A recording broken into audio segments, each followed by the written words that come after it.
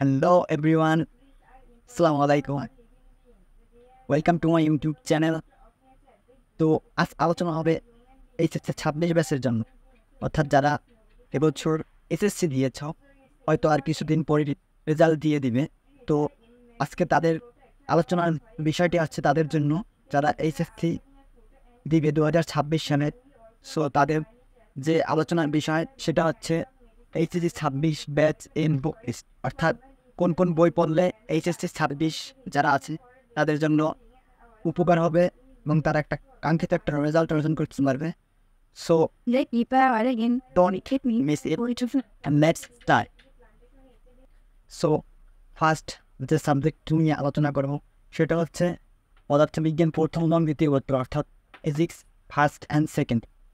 So এইচএসসির ক্ষেত্রে আমাদের দেশের কলেজগুলোতে স্যাররা সাধারণত যে বই ফার্স্টে সাজেস্ট করেন সেটা হচ্ছে শাহজাহান তপন স্যার।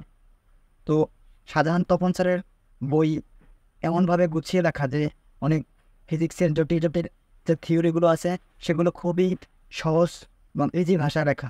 সো এইচএসসির ক্ষেত্রে অর্থাৎ মূলত শাহজাহান তপন স্যারের বইটি বললে এইচএসসি যে একাডেমিক স্টাডিটা রয়েছে সেই একাডেমিক যে দিকটি রয়েছে সেটা মূলত কভার হয়ে যায়।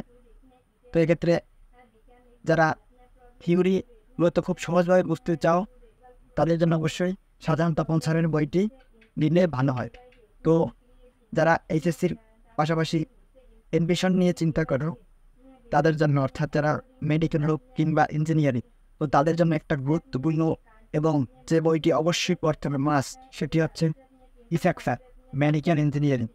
অর্থাৎ মেডিকেলের 95% যে কোশ্চেন সেটা এই ইসাক স্যারের বই থেকেই এসে থাকে। ইসাক স্যারের বইয়ের যে অনুশীলনীর এমসিকিউগুলো রয়েছে সেগুলো মোস্ট ইম্পর্ট্যান্ট, সুপার ইম্পর্ট্যান্ট, অর্থাৎ সেখান থেকে মেডিকেল কিংবা ভার্সিটি অবশ্যই আসবে। এবং ইঞ্জিনিয়ারিংয়ের ক্ষেত্রেও মূলত ইসাক স্যারের বইটি যে জটিল জটিল কিছু কমপ্লেক্স ম্যাথ আছে সেগুলো করলে নিজেদের কিছুটা হলেও এগিয়ে রাখা যায় অন্যদের থেকে।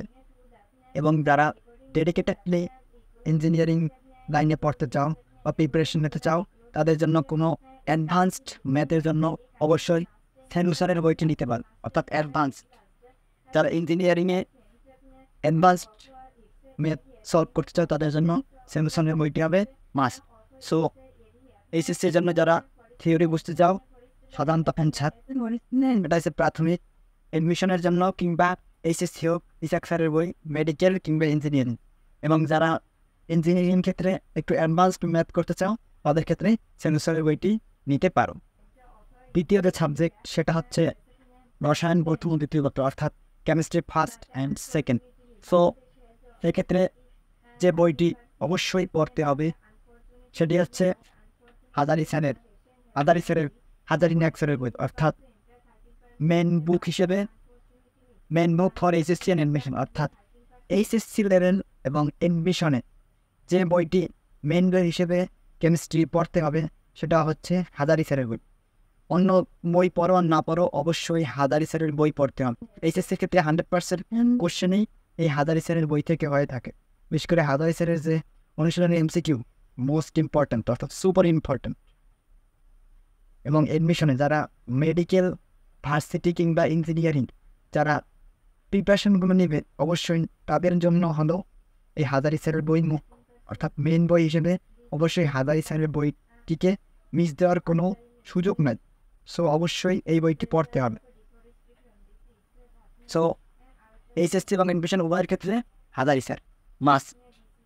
তো 2 নম্বরে যে স্যার বই সেটা হচ্ছে গো স্যার, এটা হচ্ছে ইঞ্জিনিয়ারিং অ্যাডভান্সড ম্যাথ, অর্থাৎ যারা ইঞ্জিনিয়ারিং প্রিপারেশন নেবে তারা একটু অ্যাডভান্স অর্থাৎ উচ্চতর লেভেলের বা জটিল জটিল যে ম্যাথগুলো রয়েছে সেই ম্যাথগুলো যদি সলভ করতে হয় তাহলে সে গো স্যারের বইটি নিতে পারে। অবশ্যই সেটা হাজারি স্যারের বইয়ের পাশে। সেক্ষেত্রে 3 নম্বরে আছে কবির স্যার, যারা জৈব রসায়ন অর্থাৎ অর্গানিক কেমিস্ট্রি একটু অ্যাডভান্সড লেভেলে বুঝতে চায় তাদের জন্য মূলত এই কবির স্যারের বইটি নেওয়া যেতে পারে, তো নিলে ভালো হয়। তো যেটা সাজেস্ট করব সেটা আছে এইচএসসি হোক কিংবা অ্যাডমিশন হোক, কোনো ক্রমেই কোনো লেভেল থেকেই হাজারি স্যারের বইকে বাদ দেওয়া যাবে না। তার বইটি হচ্ছে সুপার ইম্পর্টেন্ট, অর্থাৎ তার বই পড়তেই হবে। থার্ড যে সাবজেক্ট সেটা হচ্ছে উচ্চতর গণিত, অর্থাৎ higher math first and second. এক্ষেত্রে প্রথম যে বইটি সেটা হচ্ছে অক্ষরপত্র। এইচএসসির জন্য অক্ষরপত্র হলেই যথেষ্ট, অর্থাৎ অক্ষরপত্রের যে টাইপ ওয়াইজ ম্যাথগুলো রয়েছে সেগুলো যদি কমপ্লিট করা হয় তাহলে এইচএসসিও কাভার হয়ে যায়, সাথে ভার্সিটি অ্যাডমিশনও মোটামুটিভাবে সেটা কাভার হয়ে যায়। কিন্তু যারা ইঞ্জিনিয়ারিং প্রিপারেশন নিবে তাদের মাস্ট কিতাব স্যারের বইটি পড়তেই হবে, কারণ কিতাব স্যারের বইতে বেশ অ্যাডভান্সড এবং কমপ্লেক্স টাইপের ম্যাথ রয়েছে। তো সেই কিতাব স্যারের বই থেকে যদি সেই টাইপ ওয়াইজ ম্যাথগুলো করা হয় তাহলে ইঞ্জিনিয়ারিং প্রিপারেশন যারা নেবেন তারা বেশ কিছু অ্যাডভান্সমেন্ট পাবে। তো এক্ষেত্রে ইঞ্জিনিয়ারিংয়ের জন্য কিতাব স্যারের বইটি মাস্ট পড়তেই হবে। সর্বশেষ যে সাবজেক্ট সেটা হচ্ছে বায়োলজি, অর্থাৎ যে বিজ্ঞান প্রথম পত্র বোটানি এবং যে বিজ্ঞান দ্বিতীয় পত্র জুলজি। তো যে বিজ্ঞান প্রথম পত্র অর্থাৎ উদ্ভিদ বিজ্ঞান, তো বোটানিতে যে মেইন সাবজেক্ট মানে মেইন যে বই পড়তে হবে সেটা হচ্ছে Abul Hasan sir HSC medical main book, অর্থাৎ এইচএসসি হোক কিংবা অ্যাডমিশন, বিশেষ করে মেডিকেল আর ভার্সিটি উভয় ক্ষেত্রে যে বইটিকে মূলত মেইন বুক হিসেবে পড়তে হবে সেটা হচ্ছে আবুল হাসান স্যার। কারণ বিগত সালের এইচএসসি কোশ্চেন কিংবা মেডিকেল কোশ্চেনগুলো যদি অ্যানালাইসিস করি তাহলে দেখা যায় যে 80 থেকে 85% যে এমসিকিউ বা কোশ্চেন সেটা অবশ্যই আবুল হাসান স্যারের বই থেকে এসে থাকে। তো সেক্ষেত্রে আবুল হাসান স্যারের বইটিকে ফার্স্ট প্রায়োরিটি দিতে হবে। এবং দ্বিতীয় যে লেখকের বই সেটা হচ্ছে আজিবুর রহমান স্যার। বিগত সালের এই কিছু বছর ধরে মূলত মেডিকেল কোশ্চেন অ্যানালাইসিস করলে দেখা যায় যে কোশ্চেন বায়োলজির ক্ষেত্রে সেটা মূলত 2 থেকে 3 জন রাইটারের কম্বিনেশনে হয়ে থাকে, অর্থাৎ আবুল হাসান স্যার এবং আজিবুর রহমান স্যার।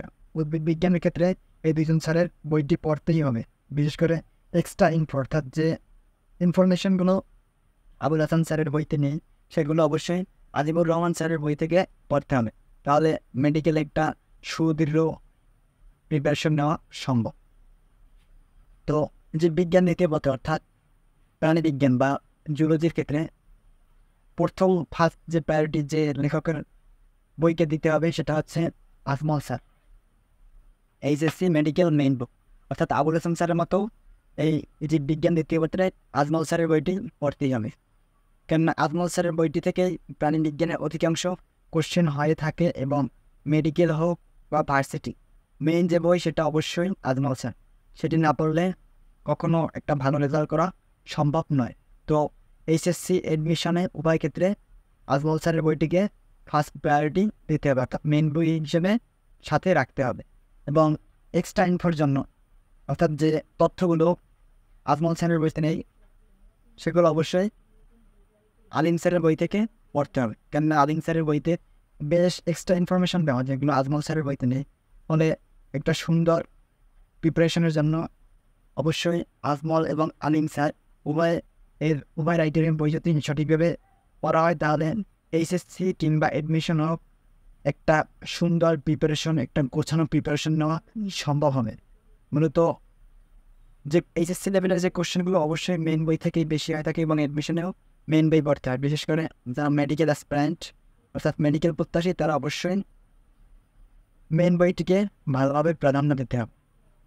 তো আজকে যে আলোচনা করলাম অর্থাৎ এইচএসসি 26 ব্যাচের বুক লিস্ট, আশা করি তোমরা একটা প্রাইমারি কনসেপ্ট পেয়েছো যে কোন কোন বইগুলো পড়লে তোমার এইচএসসি এবং অ্যাডমিশন উভয় কভার হবে। আজকে যদি ভিডিওটি ভালো লেগে থাকে তাহলে অবশ্যই চ্যানেলটিকে সাবস্ক্রাইব করবে এবং আমার জন্য দোয়া করবে। তো সবাই ভালো থেকো, সুস্থ থেকো। আসসালামু আলাইকুম।